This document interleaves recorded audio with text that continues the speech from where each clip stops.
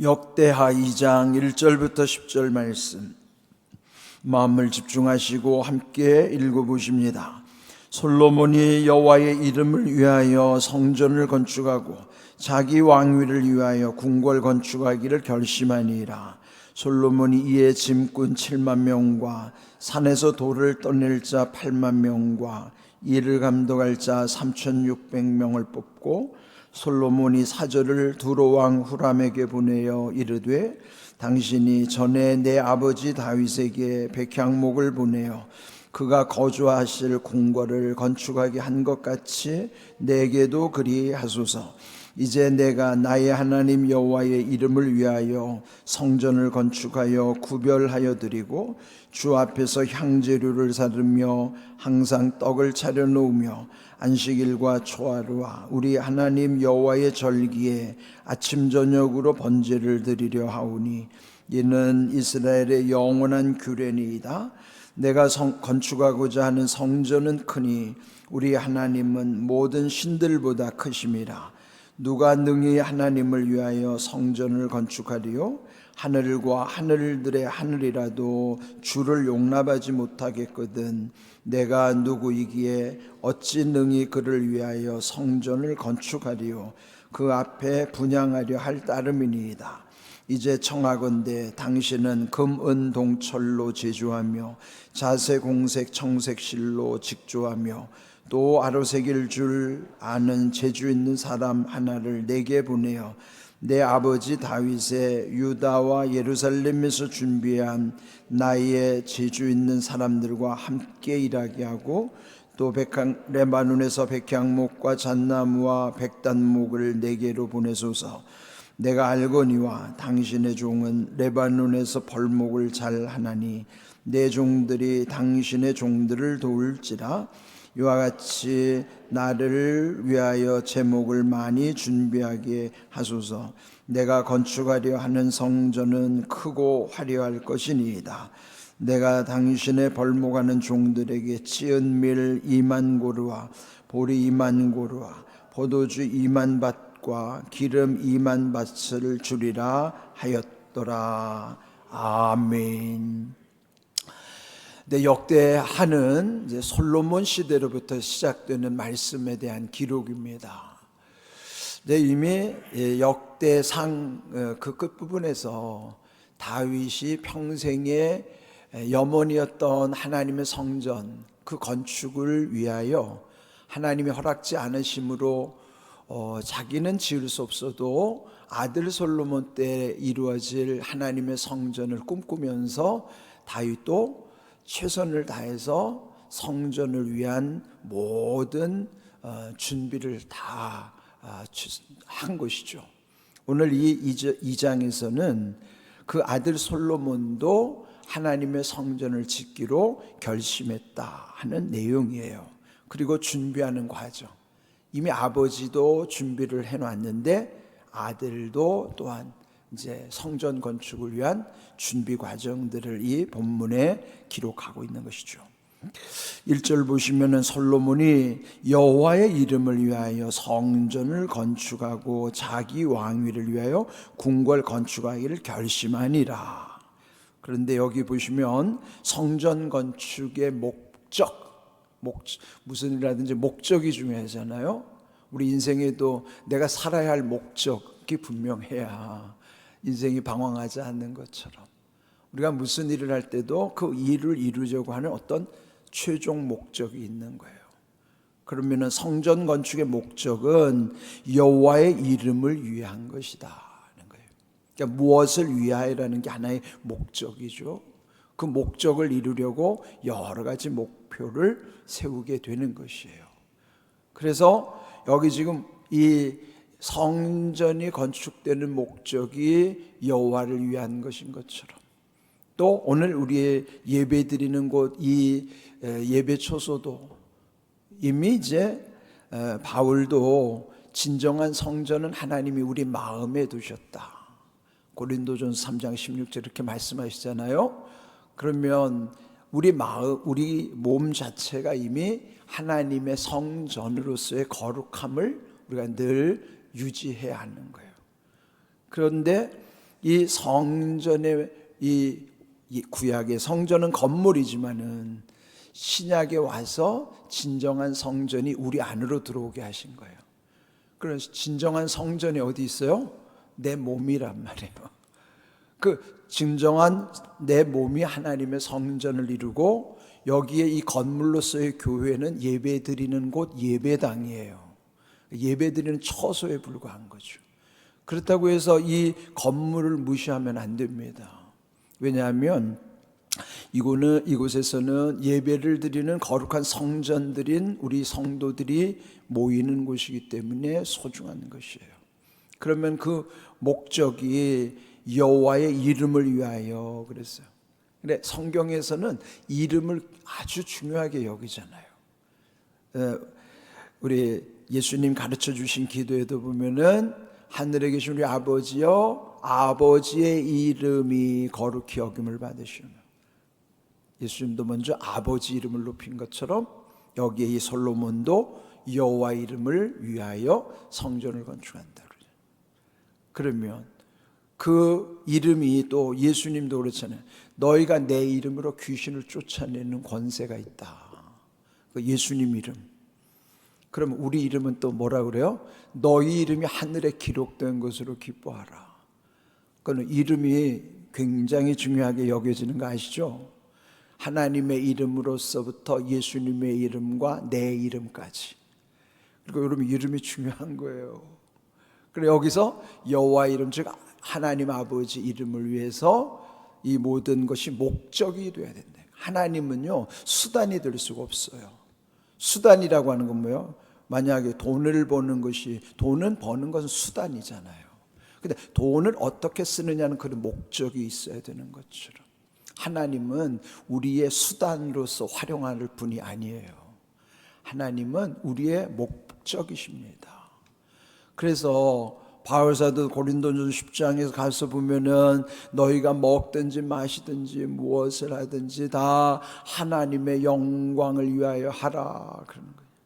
그건 뭐야? 하나님이 인생의 수단이 돼서는 안 되고 하나님이 우리의 목적이 되셔야 한다 그런 거예요. 이게 분명해야 됩니다. 이게 혼동이 되니까 하나님을 수단으로 쓰는 사람들이 있어요. 그건 뭐냐면 자기 필요할 때만 찾는 경우, 자기 아쉬울 때만 찾는 경우는 하나님은 수단에 불과하는 거예요. 그런데 내 아쉬움과 상관없이 내가 힘들어도 가난하고 병들어도 하나님의 수단이 아니에요. 늘 하나님이 나와 함께 계시고 내가 하나님께로 가야 되는 하나님 내 삶의 목적이신 것이지 나의 아쉬운 걸 이루려는 수단으로서 삼는 하나님이 아니에요. 그런 게 바로 우상을 숭배하는 사람들이 그런 거예요. 우상은요 수단으로 쓰는 것이 우상을 목적으로 삼는 사람이 있어요? 없어요. 그러니까 우리 신앙은 아주 분명한 거예요. 목적은 하나예요, 하나. 그 목적을 위해서 여러 가지 목표를 둘 뿐이고 그리고 거기에 수단을 삼을 뿐이지 목적은 가장 위에 있는 거예요. 이렇게. 그리고 거기에 다 이제는 거기에 모이게 되는 거, 거기로 가게 되는 거예요. 그러니까 여기 지금 솔로몬도 여호와 이름을 위하여라고 하는 것이 4절에도 또 여호와의 이름을 위하여 이렇게 강조하는 내용이 있어요. 근데 여기서 오늘 중요한 사실은 먼저 결심하였다 그러는 것이죠. 이 결심이라는 건요, 여기 제가 일부러 한문을 여기 제목에다 적어놓은 거는 결심, 심은 마음 심지 알죠? 근데 결자가 뭘까? 그건 확실하다는 뜻이에요. 예? 그러면은 결심이 뭐요? 확실하게 마음 먹다 그런 거예요. 마음이야 하루 중에도 오락가락 하잖아요. 예? 우리가 아침에 마음 다르고 저녁에 또 마음이 바뀐다. 조변석계 그렇잖아요. 조변이면 아침에 변하고 석계 저녁에 뒤집어진다. 그게 우리 마음이에요. 그러면 뭐예요? 종잡을 수가 없어요. 화장실 들어갈 때 나올 때 마음 다르다 그러고, 아니 자기 마음이 그런 걸 우리가 어떻게 각자 자기 마음을 믿고 살아갑니까? 그리고 자기 마음을 믿으면 안 돼요. 그런데 여기서 결심이라고 하는 것은 그렇게 오락가락하는 마음이 아니고 확실히 마음먹은 상태가 결심이에요. 그는 다시는 변하지 않는 마음이에요. 신앙생활에 중요한 건요, 먼저 결심해야 돼요. 확실히 마음먹어야 돼요. 그래야 흔들리지 않아요. 근데 하루 중에 떠도는 마음은 그 종잡을 수가 없죠. 자, 결심한 다음에 또 뭘 해야 될까요? 결단해야 돼요. 그러니까 결심은 확실히 마음 먹는 거라면 결단은 뭐예요? 확실히 끊는 거예요. 단이 끊을 단자거든요. 끊어야 할 것 많잖아요. 내가 결심했으면은 확실히 마음 먹은 것을 이루기 위해서는 내가 하고 싶어도 하지 말아야 될 것이 있고 하기 싫어도 해야 될 게 있어요. 그거를 확실히 끊는 거예요. 결단하는 거예요. 그러니까 우리가 하나님께 목적을 두고 사는 사람은 악의 고리를 다 끊는 거예요. 그게 단이라면 단 끊는 거란 말이에요. 예? 악은 모든 모양이라도 버리라 그랬으니까 다 끊어버리는 거예요. 결심하고 결단해야 된단 말이죠. 여기 지금 오늘 이 솔로몬 1절에 결심하니라, 그래. 마음이 이제 확정된 거예요. 여러분 신앙생활에 있어서 이 결심하고 결단하는 과정이 있어야 그 마음이 흔들리지 않아요. 근데 우리 마음이 왜 오락가락하고 자꾸 변할까요? 결심과 결단에 그 자기의 그 과정이 없기 때문에 그래요. 신앙은요, 이 결심과 결단의 과정, 결이라고 하는 게 확실하다는 거예요. 그게 확실한 마음 먹는 게 결심, 확실하게 끊어버리는 게 결단, 그런 것이죠. 우리 장로님 중에도 어떤 분이 젊어서 막 술을 엄청 잘 마셨대요. 지고 갈 수는 없어도 마시고 갈 정도로 그렇게 막. 그런데요, 예수님 믿고 그런 거 다 끊어냈다는 거예요. 담배 끊기 어렵다고 그러지만 주변에서 담배 끊는 분들은 신앙생활 하기로 딱 결심한 다음에 그 다음에는 다 결단하는 거 멋있잖아요. 여러분, 우리 성도는요, 결심하고 결단하는 게 아주 그게 멋있는 모습이에요. 그런 목적을 분명하게, 무엇을 위해서? 하나님의 영광을 위하여, 또 하나님의 나라를 위하여, 하나님의 이름을 위하여. 그런 것이 내게 인생에 크게 느껴지기 시작하면 결심하고 결단이 그렇게 어렵지 않아요. 그런데 내게 욕심이 커지면은 자꾸 흔들리죠. 욕심에 따라서 요동치니까. 그래서 우리의 마음이 하나님께 확정이 돼야 되는 거예요. 그러면 결심하고 결단하는 거는 어렵지 않습니다. 이렇게 지금 솔로몬이 일은 한 다음에 3절에는요, 솔로몬이 또 사절을 보내서 그 주변에 있는 두로 나라의 왕 후람에게 전에 아버지 다윗 때 백향목을 보내주셔서 아버지 궁궐을 건축한 것처럼 저에게도 그렇게 해 주십시오. 그리하소서. 아버지 다윗 때 그 두로의 후람과 아주 잘 가깝게 지냈으니 그 아버지와 관계처럼 저에게도 성전을 지을 수 있도록 백향목을 보내주십시오. 그 백향목은 그 당시에는 최고의 목재예요. 아주 가장 명품이에요. 레바논의 백향목이라는 그 목재는 아주 벌레도 안 끼고 곧고 단단하고, 그러니까 건물 짓는데 최고의 재료가 백향목이니까. 그럼 거기 두로의 레바논의 백향목이 최고로, 그래서 그 나라로부터 그 레바논의 백향목을 좀 달라 그러는 것이죠. 그래서 또 4절 또 그에게 말하기를 이제 내가 나의 하나님 여호와의 이름을 위하여 건축하기로 구별하여 드리겠다. 구별이 뭐예요? 거룩하게 구별을 하는 거죠. 또 자기만이 결심한 것을 여호와의 이름을 위해서 이렇게 하겠노라고 선언하는 거예요. 두로라고 한 나라는 하나님을 믿지 않는 나라지만은 그래도 하나님의 전을 건축하는 데 있어서는 최고의 것을 얻기 위하여 이렇게 협조를 구하는 거예요. 그러면서 5절에도요, 내가 건축하고자 하는 성전은 크니 우리 하나님은 모든 신들보다 그도 심이라. 우상을 숭배하는 주변 나라들의 신과는 비교할 수 없는 여호와 하나님은 광대하신 하나님, 광대무변하신 하나님.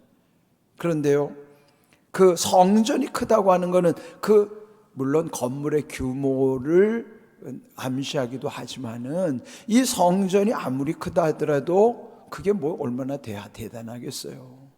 여기 중요한 사실은 그 다음에 우리 하나님은 모든 신들보다 크심이다. 성전이 큰 이유는 건물이 아니라 하나님이 크시기 때문에 큰 거예요. 우리는 모든 게 내게 기준을 두는 것이 아니라 하나님의 뜻에 다 모든 것을 맞추는 것이기 때문에, 여러분, 믿는 것이 내 믿음으로 하는 게 아니잖아요. 하나님의 능력을 믿는 것이지.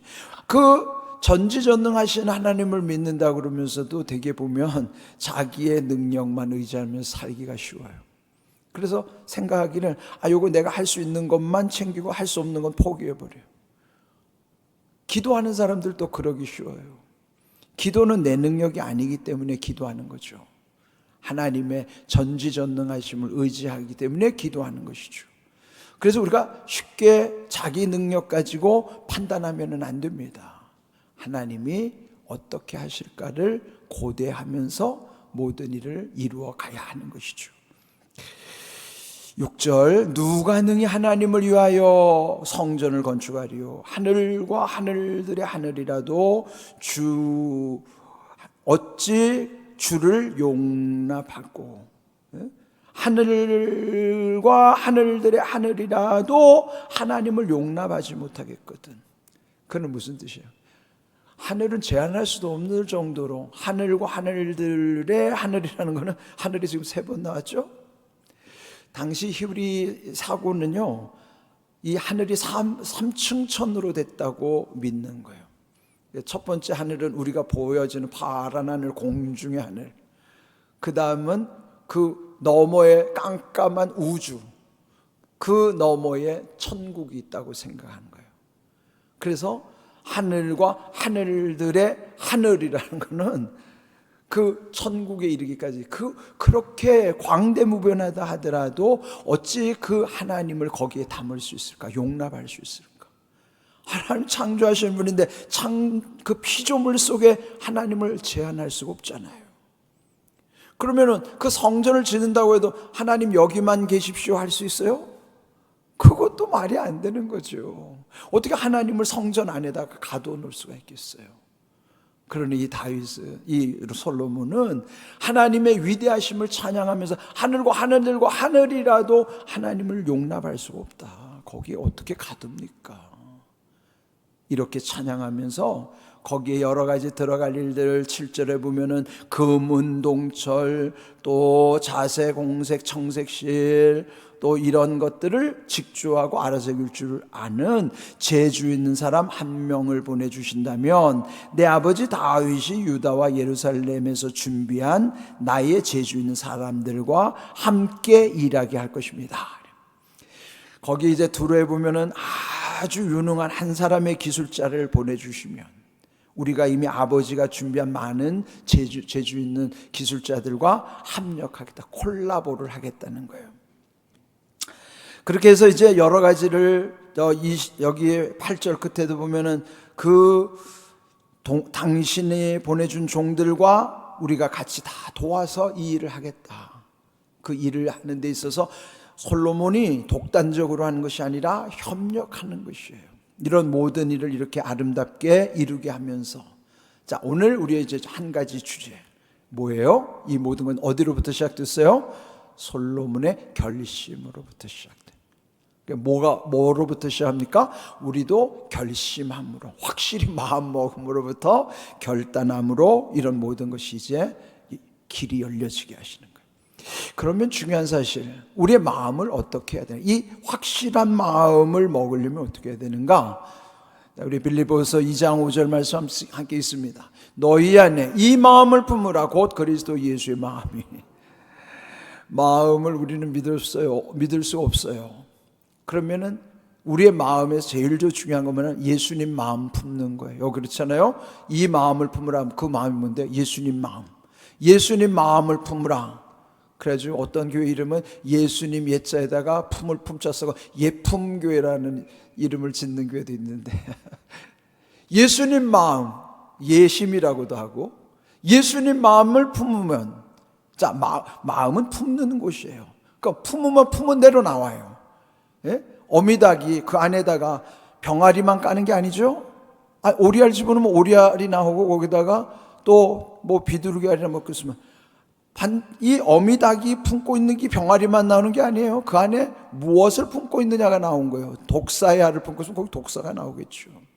마음은 품는 기능이에요. 그럼 뭘 품어야 돼요? 예수님 마음을 품으면 내 마음에 뭐가 나와요? 예수님이 나오지. 품은 대로 나오니까. 그러니까 우리가 해야 할 일은 예수님 마음 품고 사는 거예요. 자, 그 다음 4장 2절 말씀 다시 읽어봅니다. 내가 유오디아를 권하고 순두개를 권하노니 주 안에서 같은 마음을 품으라. 유오디아, 순두개라고 하는 두 여인의 이름인데 빌립보의 오늘로 말하면 여선교회 아주 중책을 맡은 두 인물인데 둘이 엄청 싸우는 거예요. 예? 교회도 있다고 보면은 찌그락찌그락 하잖아요. 근데 바울이 들었는데 유오디아, 순두개가 아주 엄청 여선교회 아주 중직을 맡은 둘이서 막 옥신각신하니까 둘이한테 권면하는 거예요. 주 안에서 같은 마음을 품으라. 각각 유오디아도 순두개도 마음이 다 갈갈이 찢겨져 있는데 같은 마음은 어떻게 해요? 주님 안에서만이 가능하단 말이에요. 우리가 하나 되지 못하는 건 주님 안에 있지 않다는 증거고요. 또 하나 돼야 할 수 있는 비결, 그 하나 되려면 주님 안에 있으면 돼요. 그게 바로 오늘 우리가 결심하고 결단하는데 그 마음을 먹는 게 어디냐면 예수님 마음 품고 주님 안에 있으면 다 같은 마음 된단 말이에요. 그게 비결이에요. 오늘 여기 주신 말씀처럼 여러분의 삶 속에서도 예수님 마음을 품고 주 안에서 모든 일을 결심하고 결단하는 은혜가 있기를 주님의 이름으로 축복합니다. 아멘.